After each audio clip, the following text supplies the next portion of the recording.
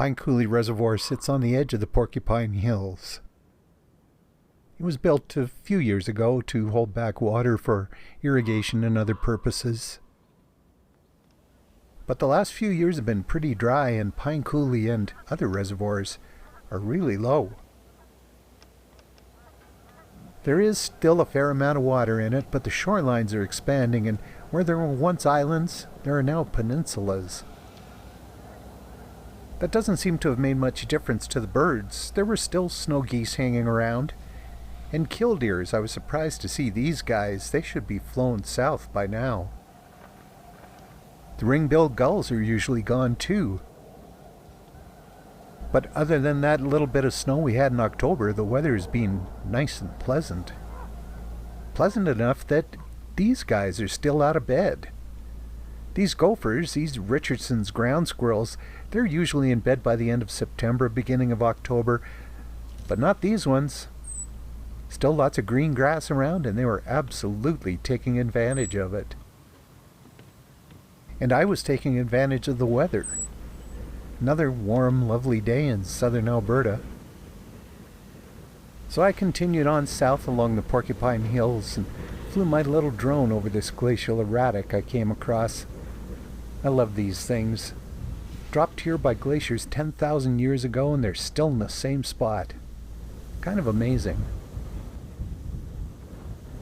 The morning calm had gone away by noon, and the wind had started to pick up, which it often does in this part of the world.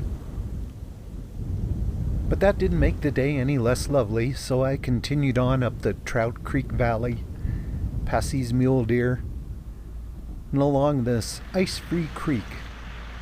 Funny to see it this way at this time of year, but that's okay.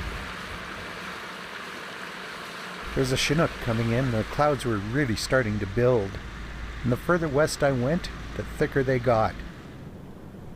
And just beyond this flock of sheep, the wind started to get really wild. And by the time I got up to the summit among the limber pines and the spruce trees, it was screaming. And it was also getting kind of dark. With this change from daylight savings time to standard time, I kind of lost track.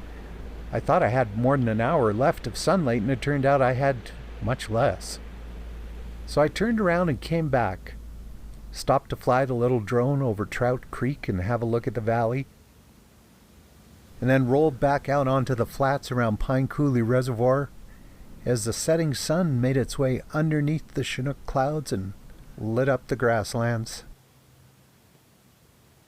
It was a lovely end to a lovely day, but a day that was just a little bit disconcerting. Pine Coulee Reservoir is a man-made thing. It doesn't really belong here. But here it is. And in its way, especially in the evening light, it's quite beautiful. But it is really low. We're going to need lots of winter snow and springtime rain to fill Pine Coulee Reservoir up again.